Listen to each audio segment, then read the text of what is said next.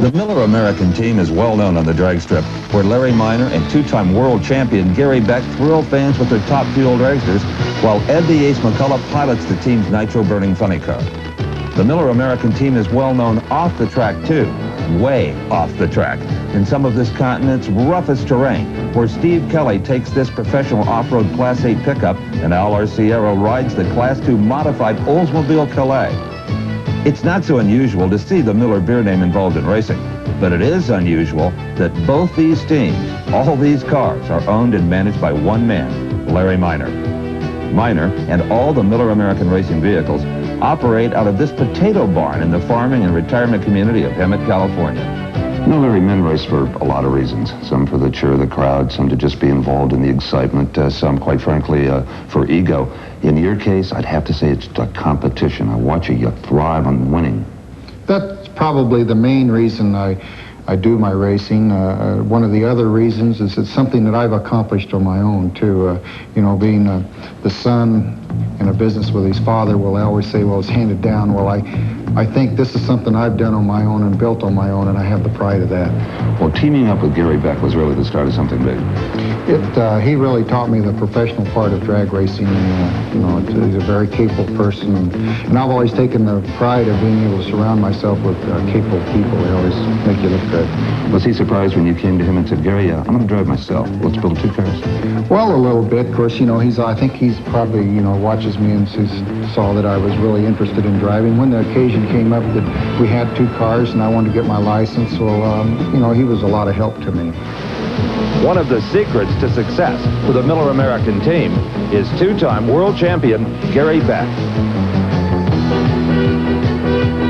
You're in a unique position. You could run up against the boss, the man that writes your paycheck. I mean, Danny Sullivan is not going to have to physically race Roger Penske. You may have to race Larry Miner.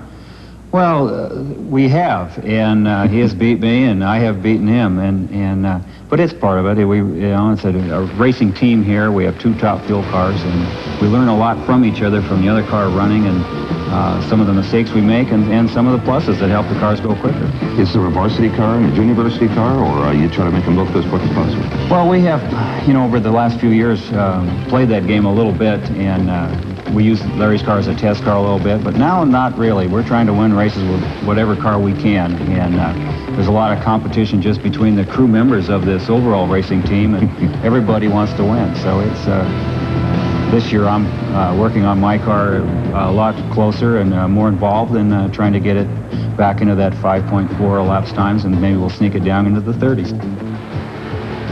Veteran funny car driver Ed the Ace McCullough is the newest member of the Larry Miner drag racing team.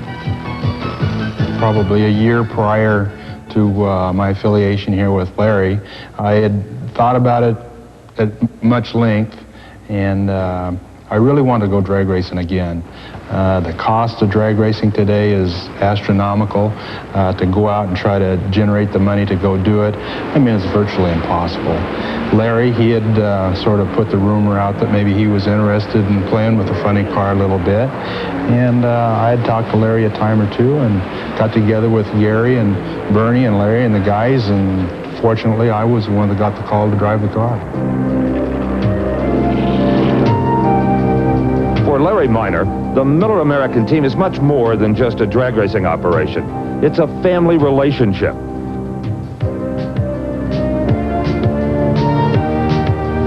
In the pits, between rounds of competition, Larry's responsibilities as team owner include overseeing all the preparations on Ed McCullough's funny car, as well as making sure everything is dialed in correctly on both top fuel cars.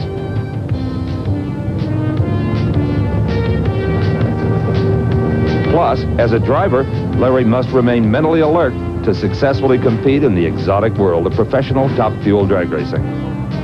I've always enjoyed the competition, and you know, if you want to go way back, I was in sports in school, and I liked the competition there. And then ever since I was old enough to have a motor scooter or a car, well, I always raced that.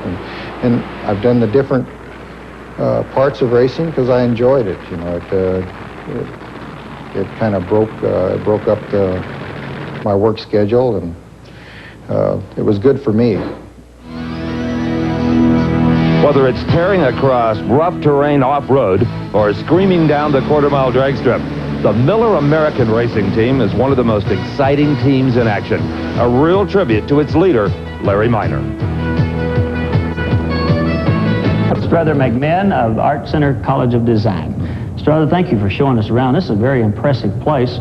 And the cars back here in the back look like something we're going to be driving possibly in 1990. This is typical of the industry assignments the students do in their upper division area. It's a design they did for one of several for Chrysler Corporation as simulating cars in the year 2000. Family cars, which of course are going to be a lot smaller, more economical, but it also has a grace that you don't see in today's more squared off cars. What is the current class working on now? One of the classes is working on a General Motors assignment that we've made up ourselves because we feel that the proposals for changes in GM are going to be monumental, very dramatic by the year 2000 and before that. Is there a reason behind your way of thinking? All of the major companies are really having big changes in management these days. Ford has already had a large one. General Motors has a big one coming up. And the fact their new GM10 program is a very advanced, very expansive program, we're trying to reflect some of their editorial attitudes toward design. You know, in these mock-ups, the aerodynamics, the flow is great. Oh, that's been the best designer's tool that ever came along because it gives them a chance to do visual things that we couldn't do before. There's smoothness and grace to small packages now that are just beautiful. Yeah, because with compacting the car down, you still got to make those lines flow. In that project that you saw, we're trying for what we call continuous form, where there's a shape that will continue throughout the entire automobile rather than being broken up. When we had big cars, we had to do that every now and then in order to change the pace. How long does it take for somebody coming into school to graduate? 8 terms, which can be done on any number of time schedules, but some students take a summer off occasionally. So basically, we 2 2/3 years if we went straight through. Okay, now when they get out, are they ready to go to work for General Motors or Chrysler or something? Yeah, because we simulate professional practice as much as we can. And so that was the idea of the college founding in the first place, is bridging the gap between academia and the professions, and we continue to narrow that gap as much as possible. Well, just by the models that these guys have created that we see here on the show, they're already way up there. Oh, yeah. Well, one of the nice things about doing models of that sort, they may not necessarily be clay modelers when they graduate and go to work, but having done it, they know how to direct the clay modeler, so they're familiar with the techniques and the process. And that goes for everything. All the things that they do are full simulation of all of the elements that go into the practice. Well, these guys, when they graduate from school, they're ready to go out in the work world. That's exactly our objective, is that they will be able to bridge the gap between school and the professions with no problem. Thank you, Strother, for letting us meet some of the automotive designers of tomorrow. Thank you. You know, the Art Center is a great place to learn about the designs of the future. And Steve Evans recently learned about innovative spark plug wires when he visited Frank Hawley at the School of Drag Racing. A smoky burnout, a trademark of Frank Hawley and the Chi-Town Hustler. Back in 1982, Hawley stormed onto the professional drag racing scene and captured the World Championship in funny car competition in his very first full season of NHRA action. Hawley repeated the feat in 1983 and won a second consecutive funny car title as he added to his impressive record of 7 final round victories and 10 appearances. It's easy to put it in and out of reverse. We'll want to hold that clutch pedal. But in 1985, at age 29, Frank decided to retire from competition and open the drag racing school in Gainesville, Florida. Relying on his 14 years of racing experience, Frank combines classroom teaching with hands-on training. Professor Hawley. Hi, Steve. Thanks for coming. Good to be here. I'm impressed with the school cars. They are first-class dragsters and funny cars. Well, we felt when we started the program that people wanted to drive a real competitive race car. So we designed these cars so that all the controls would move, the steering's tilt and telescopic, the pedals move back and forth, the roll cages are a little bit wider so that everyone would feel comfortable in the car. Now, before they buckle up as your students are now, what have they been through in the classroom? Well, we spend about 3 hours in the classroom. We look at videotapes. We discuss the driving philosophy that they'll need to develop. Then we go to the garage area for some mechanical instruction. We look at the clutches and transmissions, the safety equipment on the cars. We spend the better part of a day practicing burnouts, which is a lot more difficult than most people think. And then we start them out with short runs down the racetrack. By the final day, they're making full quarter-mile runs. Is a rookie driver a little harder on parts than an experienced pro like yourself? Without question. These 1,500 horsepower engines, capable of 200 miles an hour with a rookie in it, we really need the best equipment available. And the manufacturers have found out that it's a very good test bed for their new products. I bet it is. In fact, Dave Bowman from Autolite's here right now. I know, Dave. Let's see what he's up to. Okay. Dave, those spark plug wires you just put on the school funny car are the fattest things I've ever seen. What are you up to? Well, those are prototype wires, and we're using those to try different ideas or engineering theories. Probably will never see the light of day, but it's a place to get information to develop our new spark plug wires. And this is a good place to do it. That's right. But you know, you can't learn everything at the racetrack or here at the drag school. So what we did is we called or polled a bunch of mechanics to find out what they would like to have in a new spark plug wire if they could design one. So by mechanics, you mean the guys that work in general auto shops, dealerships, whatever, working on cars for a living? Right, the same guys that work on these every day. And what'd they tell you? Here's what they told us. They said they would like to have a boot that's thicker with ribs on it so that they could grab a hold of it and pull it off the plug. And not pull the wire out of the boot like I've done so many times. Exactly. So we developed one for them, and as you can see, we have a boot here with ribs on it and a ring back here so that they can grab a hold of it with their hands are greasy, pull it off of the spark plug. They also wanted a way of knowing when they really got the boot connected securely to the plug, because a lot of times you can push it on and it may not make the connection and you don't know that. So we developed a special stainless steel connector with a little click in it so that when you put it on the spark plug, it'll click like this. That way you know you've made a good solid connection. What did they tell you about the wiring itself? Well, the third thing they wanted was a thick jacket. And we developed a thick jacket. They wanted one that would be abrasion resistant to heat, and also have a good long life. And so that's what we developed, a new type of jacket called Insulast. And it's high resistance to heat, it's got a high dielectric strength, and it's very, very tough. Now we make our wires 8.5 millimeters and 7.5 millimeters. This is a 0.5 millimeter thicker than a standard set of wires. Let me show you what I mean. I pulled this off. This is just a sheet of the Insulast material. And I have some a silicone jacket off of like a racing wire that people might use. Now, racing wires traditionally are used on the race cars, and all they have to do is really worry about heat. That's about the only thing they have to do. They replace them all the time anyway. That's right. But on passenger cars, you have to do other things. You have to worry about radio interference. They have to have long life, abrasion resistance. And silicone really doesn't offer you all those advantages. And it's pretty fragile. Here's an example. This is a piece of silicone, and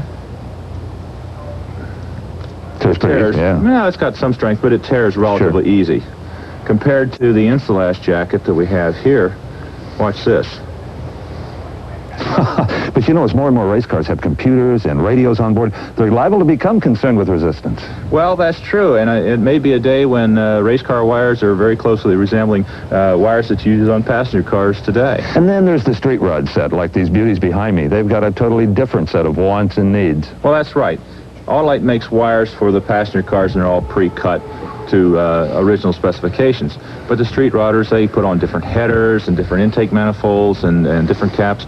They need to custom make their own wires, so they can't always buy a set of wires that they really want. So we've made spools of wire. We got the special boots, the 90-degree boots, all the equipment they need to custom make their own wire sets for their street rods. Designer wire. I like that. Yes, but with the design and all the materials and everything we put into it, we can give them a lifetime guarantee. Well, you can't beat that. I'm going to let you get back to designing more wire, and I'm going to talk to Hawley about a scholarship in the drag racing school. What do you think? Enthusiasts are always trying to get that little extra horsepower. Well, recently, Steve Evans had a chance to learn about horsepower from one of the experts, Gale Banks. This is the famous King Sting. Offshore boat racing is one of the ultimate tests of engine durability and power. It puts stress on an engine like no other form of performance. We've shown you a lot of different engines on Performance Plus, but nothing quite like this brute. A twin turbocharged 454 Chevrolet that makes over 1,000 horsepower on pump gasoline and will run wide open, full throttle for hours at a time. I'm at Gale Banks Engineering in Azusa, California, just east of Los Angeles, and I'd like for you to meet the man who creates this kind of power with great reliability. His name's right here on the valve cover, Gale Banks.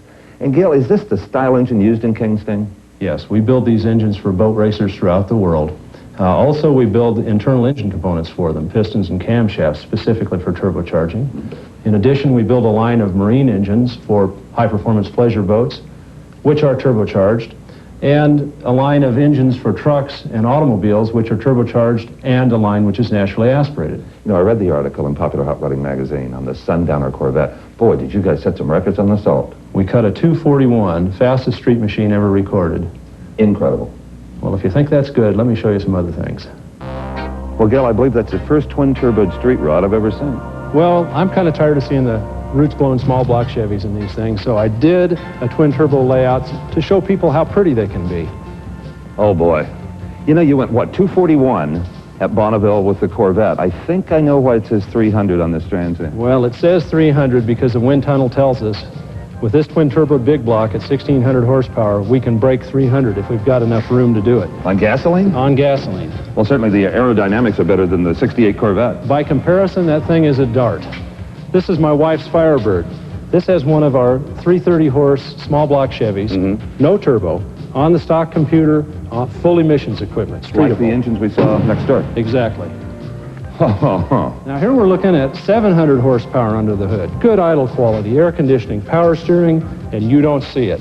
Man, but you know the drivetrains were never made to take that kind of power. Well, we do everything from the clutch through the differential. In addition to this, we're working on a single turbo, which is in prototype right now for the new tune-port injected IROC Zs and Corvettes. Well, no one else has got that. You know, I came here shopping for horsepower, actually, but for my Chevy Dually pickup that will barely pull the trailer up the hill. We've got just a thing. Let's go look at some trucks. Okay. Oh, Gale, here's something that is almost a necessity for a diesel pickup owner, a bolt-on turbocharger kit. I cannot believe the manufacturers ever left those trucks out of Detroit without a turbo on them. When you consider that the turbo was invented back in 1903 for diesel applications, it's hard to believe that they don't put them on from the factory. A diesel just is not finished until it's turbocharged. And it's pretty simple, actually, the way it works. Yeah, a very simple concept. Exhaust energy that would normally just go out the pipe turns a turbine. There's a shaft from the turbine to a compressor that provides additional air for the engine. Fresh air enters here. That's right. Results, tell me. 40% gain in power, 10% fuel economy gain. 40%, and you get better mileage? How can that be?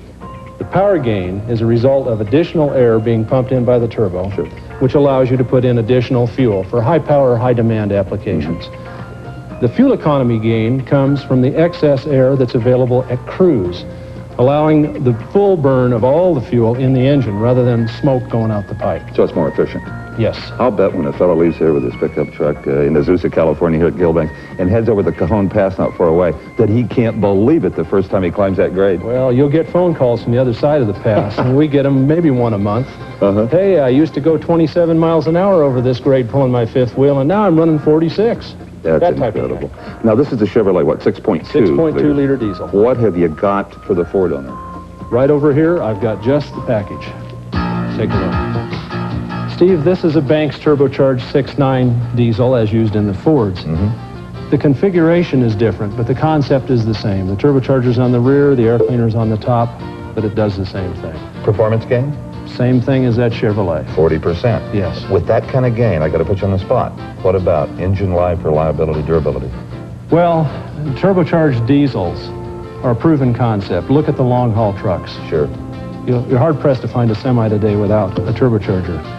Further, we've got customers that are pulling extremely high gross weights. One of them out there now at 170,000 miles. Really? Yeah. So the engine's a little over-engineered for the truck to begin with. Absolutely. These things are loafing through their life. Well, I wish I could take advantage of all the Banks technology, but my old truck is a gas burner. Well, we've got just the thing for the gas burners. We've got a new product line. We've made it first for these diesels called Banks Power Pack. Doesn't use a turbocharger, increases the airflow through the engine with intake and exhaust hardware. We got to talk. But you know, I hear through my spies that there's a top fuel dragster around here somewhere. Yeah, we've got a little digger program we've been working on. We want to eliminate the roof blower from all areas of competition. Turbos reign supreme everywhere else. The only thing left is drag racing. Well, from what I've seen today, if it happens anywhere, it'll be in Azusa, California. Pure race cars in a stock body that can reach over 180 miles an hour in the quarter mile. With highly sophisticated 1,500 horsepower engines, they're the fastest gasoline-powered vehicles in the sport. This is Parker Avenue, and it's not just another street in Pomona. What makes it unique is it's the home of the NHRA World Finals. Hi, I'm Dave Bowman, and in a little while there's going to be 1,500 horsepower pro stockers who will be out here duking it out to find out who's going to reign supreme in this year's World Finals. One of the most respected competitors in pro stock racing is the Hearst Oldsmobile team of Warren Johnson. Johnson, as both the driver and the owner, heads up a family team that has had a successful year. Early in the season in Gainesville, Florida, only the second stop on the tour, he defeated five-time world champion Bob Glidden to win the Gator Nationals. In Baton Rouge at the Cajun Nationals, he again met Glidden in the final round and ran to victory, beating the man the record books show as the sport's winningest racer. At the very next national event, the Spring Nationals in Columbus, Ohio, Warren Johnson again took home the title and the prize money by advancing to the final round, this time defeating Bruce Allen. Over the course of the season, the team has run well enough to earn sufficient valuable points for a sure second place in the World Championship title race. But the last half of the season has been disappointing. Times have been tough and mechanical problems have plagued the Johnson team. Though they've placed in the money many times, they've had no victories since Columbus. Now at the World Finals, the last race of the year, the Johnson team